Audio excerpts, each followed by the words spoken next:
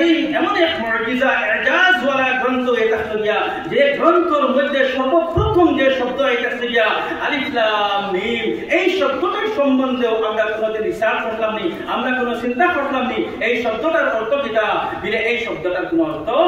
নাই। এইগুলা একটা থেকে হরফে মুকাত্তাআ, হরফে মুকাত্তাআ আলিফ লাম মিম, আলিফ লাম রা, আলিফ লাম মিম রা,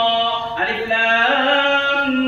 মিম সাদ, তাসিন তাসিন মিম, এই সমস্ত এটা থেকে যতটুকু ভাই আমরা সূরা কইলা আইছে এইগুলা এটা হলো হরফে মুকাত্তাআ। এইগুলা সম্বন্ধে বিস্তারিত আলোচনা আছে, সংক্ষেপ কথাও এটা হলো যে এইগুলার অর্থের পিছনে আমরা পড়তাম না। মিয়া আশিক মাশুক রুমুদেস ইরামান কাতিবিরা খবরনেস, এটা হলো আশিক ও মাশুকর মাঝখানের একটা ভেদ, এটা হলো আল্লাহ এবং তার হাবিব মুহাম্মদ মুস্তাফা সাল্লাল্লাহু আলাইহি সাল্লামের মাঝখানের একটা রাজ এবং ভেদ, এটা হলো যেটা আল্লাহ আল্লাহ রাসূল ব্যতীত অন্য কোনো বান্দা জিনিসটা হলেও জানেন না, এটা খেয়াল কোনো এই সম্বন্ধে কোনো ইলম নাই যে এই হরফে মুকাত্তাআতের অর্থ কি। আর এর অর্থের পিছনে পড়াও করতে যে মানুষ গুমরাহ এবং মুফাসসিরিন আপনি লিখেছেন যে এর অর্থের পিছনে যদি আমরা পড়ি এর অর্থ যেটা বাহির করার লাগি তাহলে সেটা কি আমি কোনো রেজাল্ট পাইতাম না, আমার রেজাল্ট এটা হইয়া যে আমি এটা গুমরাহ পথভ্রষ্ট এটা হইয়া।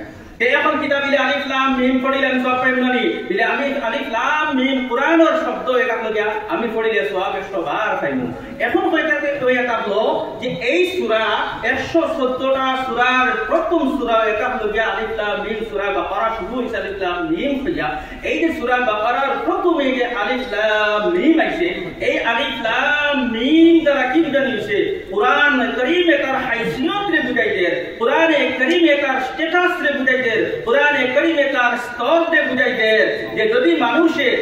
কোরআন শরীফ খুলিয়াও যদি আলিফ লাম মিম পড়িলায় আর আমার হাইসিয়ত রে বুঝিলায় তাহলে বাকি বাজু বুঝতে সময় আর মানুষের কোনো অসুবিধা হইতো না, মানুষ কোনো সব সন্দেহের মধ্যে পড়তো না। এর লাগে আলিফ লাম মিম, এই আলিফ লাম মিম দ্বারা কোরআনে তার স্ট্যাটাস রে বুঝাই দেয়, তার হাইসিয়ত রে বুঝাই দেয়,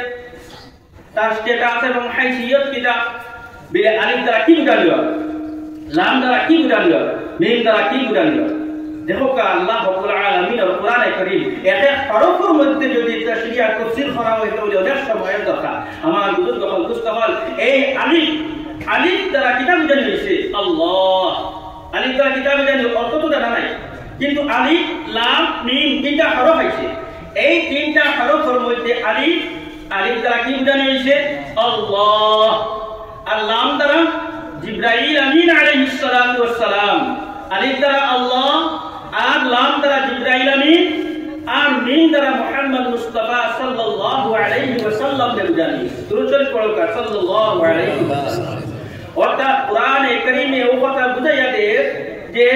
আলিফ কইতে আল্লাহ মানে এই কোরআনে কারীম রে কে পাঠাইছো, নাযিল করনেওয়ালা কে, এই কোরআনে কারীম রে অবতীর্ণ করনেওয়ালা কে, আল্লাহর জাত আল্লাহ রাব্বুল আলামিন। আর এই কোরআনে কারীম রে লইয়া কে আইছো মুহাম্মদ সাল্লাল্লাহু আলাইহি ওয়াসাল্লামের কাছে, বিলে জিবরাইল আমিন আলাইহিস সালাতু ওয়াস সালাম এই কোরআনে কারীম রে লইয়া আইছে। কার কাছে আইছো, বিলে মুহাম্মদ মুস্তাফা সাল্লাল্লাহু আলাইহি ওয়াসাল্লামের কাছে আইছো। এই কোরআনে কারীম भेजने वाला पाठाने वाला अल्लाह, अलिफ द्वारा अल्लाह बुझाনো হইছে, আর লাম দ্বারা জিবরাইল আমিন বুঝানো হইছে, আর মিম দ্বারা বুঝানো হইছে হে মুহাম্মদ সাল্লাল্লাহু আলাইহি ওয়াসাল্লাম। এখন কোরআনের খবরদার, এখন তুমি কেন যদি আলিফরে যদি ইনকার করো তাহলে আল্লাহর ইনকার খালি করিলাই, তুমি কেন যদি লাম রে ইনকার করো তাহলে জিবরাইল আমিন রে ইনকার করলাই, আর জিবরাইল আমিন রে ইনকার করলাই মানে সমস্ত ফেরেশতা জগৎকে তুমি ইনকার করলাই, আর মিম রে যদি ইনকার করো তাহলে মুহাম্মদ মুস্তাফা সাল্লাল্লাহু আলাইহি ওয়াসাল্লাম রে ইনকার করলাই, আর আমরা নবী মুহাম্মদ মুস্তাফা সাল্লাল্লাহু আলাইহি ওয়াসাল্লাম রে ইনকার করলাই মানে সমস্ত নবীগুলোর ইনকার করলাই। আর নবী করিম সাল্লাল্লাহু আলাইহি ওয়াসাল্লাম এটা হলো সমস্ত নবীগুলোর সরদার। আমার বুজুর্গ হল দুস্থ হল তাহলে আমরা বুঝতে পারলাম যে আলিফ দ্বারা আল্লাহ আর লাম দ্বারা জিবরাইল আর মিম দ্বারা মুহাম্মদ মুস্তাফা সাল্লাল্লাহু আলাইহি ওয়াসাল্লাম দিতে নিয়েছে তাই আলিফ যখন ইনকার করতে পারতো না কাফির দিব লাম যখন ইনকার করতে পারতো না কাফির দিব মিম যখন ইনকার করতে পারতো না কাফির দিব গিয়া আমার বুজুর্গ হল দুস্থ হল এই আলিফ লাম মিম দ্বারা সর্বপ্রথম কোরআনে কারীমে তার হাইসিয়ত তার স্ট্যাটাস কে বুঝাইয়া দিয়েছে যে এই জানিয়া রাখো এই কোরআনে কারীমে পাঠানে वाला আল্লাহ জাত আর জান লইয়া আইছেন তান জিবরাইল আমিন ফেরেশতা হল সরদার আর ডান হাতে পাঠানো হইছে মুহাম্মদ সাল্লাল্লাহু আলাইহি ওয়াসাল্লাম সুবহানাল্লাহ।